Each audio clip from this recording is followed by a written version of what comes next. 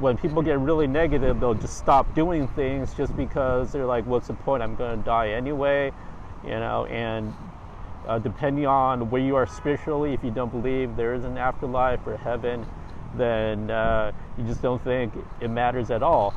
Whereas if you think of it as more of a long-term game of you're going to be alive for a long time, even with your illness, and the illness will ebb and flow, and you never know, you might be able to do it again, but you have to take that first step and maybe even get that first experience before you can do more. So a lot of you watching me travel and thinking you can't do it, well, I know for a fact that I'm worse than probably 99% of you guys, and I'm only able to do this because I've taken a lot of hits each time I travel.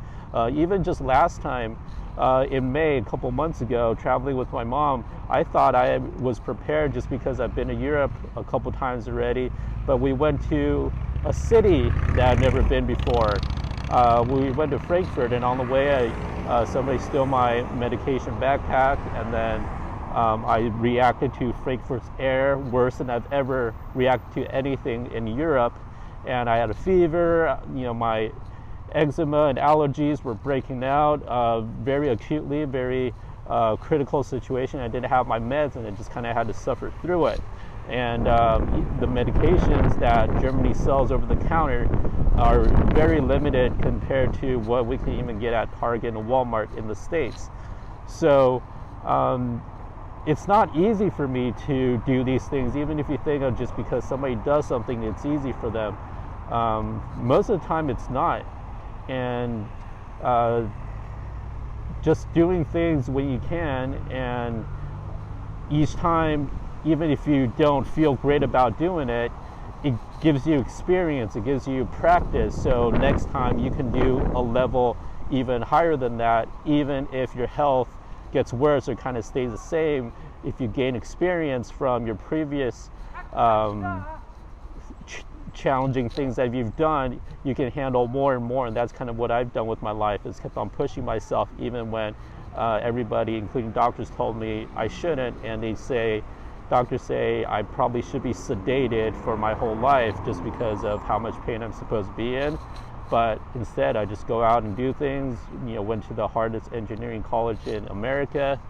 All kinds of things that I shouldn't have done. Play the trumpet with asthma in a marching band on grass for hours and hours on end. But I did all that just because I didn't want a life that was empty. I didn't want a life that I missed out on. And I knew I could do it. I knew I could do it while suffering, but I knew I could do it, and that's the point. Hit it! That's what I'm talking about. Wait! Okay, now, from the beginning. Hit it, boy. Thinking long term is critical for those of us with chronic illness, just because everything takes so much longer, and even with waiting for medications or for medications to work and not working several times, all of these things take patience, and all of these things take chances, meaning you have to take chances. Even though there's many times that some of my doctors told me not to try a new medication because they were scared, but I told them, if I don't do it, then I have no chance. If I do try it, at least I have a chance. And most of the times those medications blew up in my face and made it worse, and the doctors say, I told you so. But now finally, giving dupixent a try, I'm the best I've ever been. And if I didn't do that, if I listened to the doctors who were too scared to commit to something, to think of what the long-term goals are, which is to slowly get better and eventually feel normal at some point. I don't know when that's going to be, if that's ever going to happen, but that's the path I'm on, and each little step I take is in that direction. And it's taking a long time. I'm 36, going to be 37 soon, and A lot of you guys have only suffered for a year or 2 or even 5 years. Suffering decades is a lot different than just suffering, for a couple weeks or a couple months. Again, back to that torture thing, when you repeatedly torture somebody with the same thing over and over, you start to mentally break down. So time really does matter. But that's where this advice is coming from. Is I never expected to be still alive. I never expected to live past 4 years old, but now I'm 36, and if I had been more pessimistic or been more scared to try certain things, or just didn't think it would happen, I probably wouldn't be here. But this is the weird thing. People asking me, like, how do I stay alive, or how do I have the motivation to go on, or if I ever thought about dying. Actually, I never thought I would die. And there was only one point at my lowest where I thought about maybe suicide, but I was too afraid to do anything that would hurt. So being a wuss kind of kept me alive. But you never know when things are going to turn around for you, and you have to stay alive to have that happen. And you also have to keep building yourself up.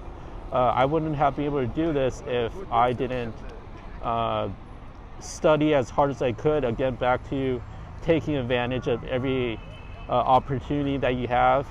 I studied every waking moment that I had growing up, just because I felt I was going to be the only one who could figure out how to solve my problems when all the doctors had failed. Obviously, that didn't happen.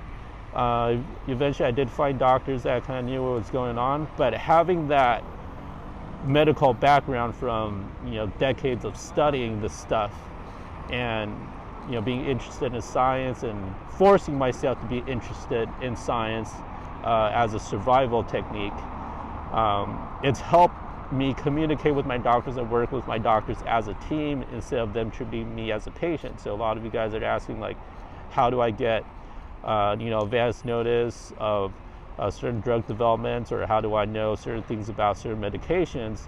Well, even if it's not something I studied, doctors will communicate that stuff to me because they know I can understand it as a scientist instead of just another patient.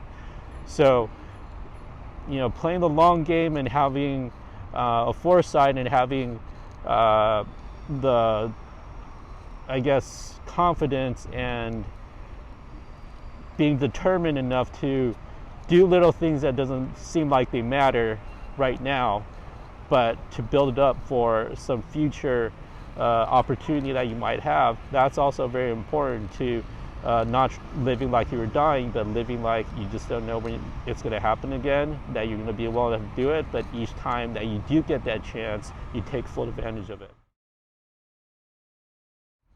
All right, the final point is about the same thing. Be greedy.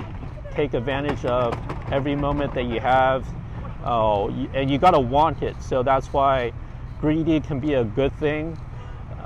If you don't want it enough, all of these excuses or all the pain and all the suffering and the difficulties, and they're gonna get in the way, because especially with those of us with chronic illness, we have so many more obstacles, like back to traveling, for example. I needed to bring like so many extra suitcases full of just medications and extra food, medical gear. They just get so heavy that makes it really difficult, and makes things like losing things even more likely than when a normal person does it. A normal person, healthy people, just really have so many more advantages, because if you don't have to lug around so many things, or if you do have health to keep going, keep walking, whatever it is, it makes so many things easier in life. It's not just health-wise, but don't let those things get in your way. You just gotta want every moment to be as special as possible, and if you add that up over months or years or a lifetime like I have, eventually you get to do amazing things. I'm here in Paris shooting for Fashion Week a little bit.